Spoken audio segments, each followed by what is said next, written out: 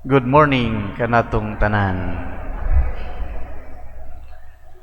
Mga igsoon atong nadungog sa atong ebanghelyo karon nga sa dihang sila si Pedro, Santiago ug Juan gikuyog sa atong Ginoo didto sa usa ka bungtod. Natingala kining mga tinunan ni Jesus kay sa didto na sila sa bungtod na usab man ang panagway ni Jesus, no? Ang iyang naong daw misilaw pag-ayo sama sa adlaw. Ug ang iyang bisti misilaw usab sa kaputi nga walay sama, no? Mao nga pagkakita nila ni Pedro, Santiago ug Juan ini natingala gayud sila pag-ayo. Kay sa tan-aw nila murag dili naman ordinaryong tao ang ilang nakita nga mao si Jesus. Ug sa maong panghitabo mga igsoon, gipakita ni Jesus kanila nga siya gayud ang anak sa Dios, no? Ug namatud-an kini nila pag-ayo sa dihang nadungog nila ang usa ka tingog nga gikan sa langit nga nag-ingon, "Kini siya mao ang pinangga kong anak, pamati kamo kaniya," no? Kini siya mao ang pinangga kong anak, pamati kamo kaniya. O kining maong tingog mga igsoon nga nagkan sa langit, mao gayud ang tingog nga gikan sa Dios Amahan. Og sa nahitabo dito sa bukid, sa nakita og nadungog gila ni Pedro, Santiago ug Juan, gipasidan-an sila ni Jesus sa dili pagpanugilo niini sa mga tao, no? Mga igsoon, ang usa sa mga punto nga atong pamalandungan sa atong ebanghelyo karon mao ang tingog nga gikan sa Dios Amahan nga nagkanayon. Kini ang pinangga kong anak, pamati kamo kaniya. Mga igsoon sa gingon sa Dios Amahan, mamalandong kita karon sa atong kaugalingon ug pangutan-on nato ang atong kaugalingon. Namati ba ako kang Jesus nga akong Ginoo?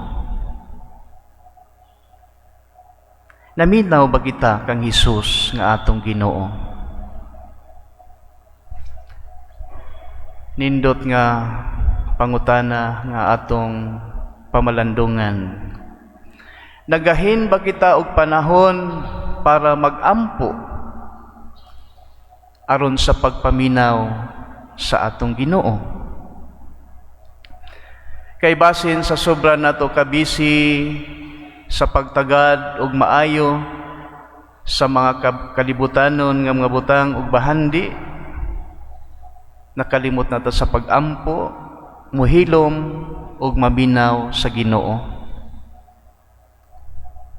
Mao kini ang nindot nga pamalandungan nato mga igsoon karon, no?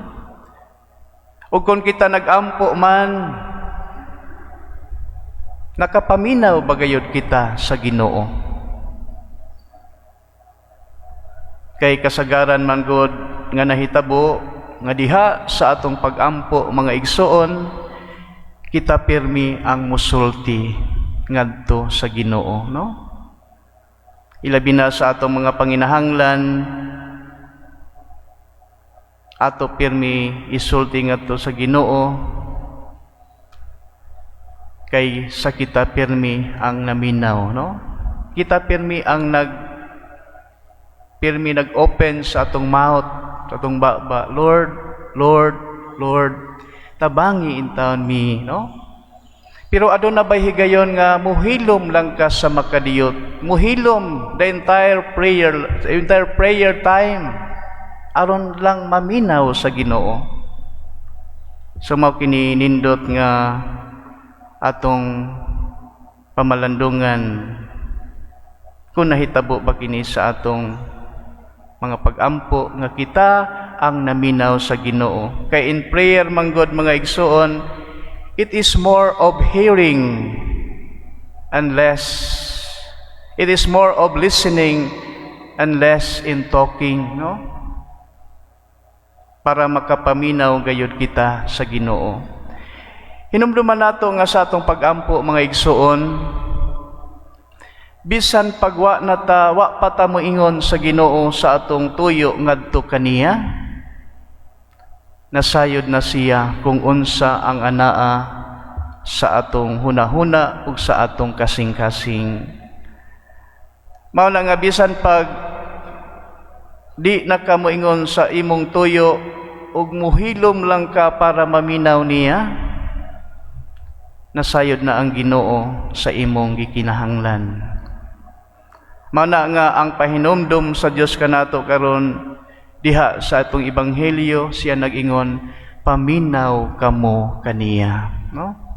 Paminaw kamo kaniya. Kay usahay sa atong pag-ampo, dili kita makapaminaw sa Ginoo, no? Kay mas busy man ang atong baba sa pagyawit, busy ang atong utok sa paghunahuna unsa ang atong gusto nga isulti o pangayoon sa Ginoo. Ingon pa mga igsoon nga kita gihatagan og duha kadalunggan og usa lang ka baba sa Ginoo aron mas makapaminaw kita kaysa pagsulti ngadto kaniya. Ang maayo gyud unta nga mahitabo diha sa atong pag-ampo sa akong giingon kaninyo, it's more of listening and less in talking to the Lord. Mga igsoon, mao kini ang imbitasyon o pahinumdom kanato sa atong mga pagbasa karon diha sa giingon sa atong Dios, paminaw kamo kaniya, no? Paminaw kamo kaniya. Wang dako nga pangutana kung naminaw bagayod kita kang Hesus. Kay base naminaw sad ta, pero ato ra sad gipalapos sa atong mga dalunggan. Kay makita manggod kung maminaw ta sa Ginoo o wala, makita kini diha sa atong gipakita nga mga batasan o mga binuhatan. Ug usahay sad ang sa atong pagpaminaw sa Ginoo, ilabi na sa mga pulong nga gisangyaw kanato, nahimutang mga tsosi, no? Unsa may bot na kung ipasabot, nahimutang mga tsosi. Unsa tong atong ganahan nga nadungog, mao ra sad ang atong buhaton, pero katong wa nato ganahi, dili nato buhaton. Palangitan ingon ang Ginoo, ayaw pangawat. Kay wa mataganahi, wa nato buhata, no? Daghan pang mga gisugo kanato sa Ginoo nga di nato ganahan nga wa nato buhata. Nahimutang tsosi, no? Mga igsoon sa atong ebanghelyo karon, ang usa sa mga nanghitabo sa atong Ginoo nga gipakita sa mga tinun-an kanang gitawag nato transfiguration, no? Ang pagkabag-o sa panagway sa atong Ginoo. Unta sa atong pagpaminaw sa Ginoo, aduna pod untay transfiguration nga mahitabo sa atong kaugalingon, no? Ug mao kini ang dako nga hagit ug imbitasyon kanato nga angay natong paningkamutan nga mahitabo diha sa atong tagsa-tagsa ka kaugalingon.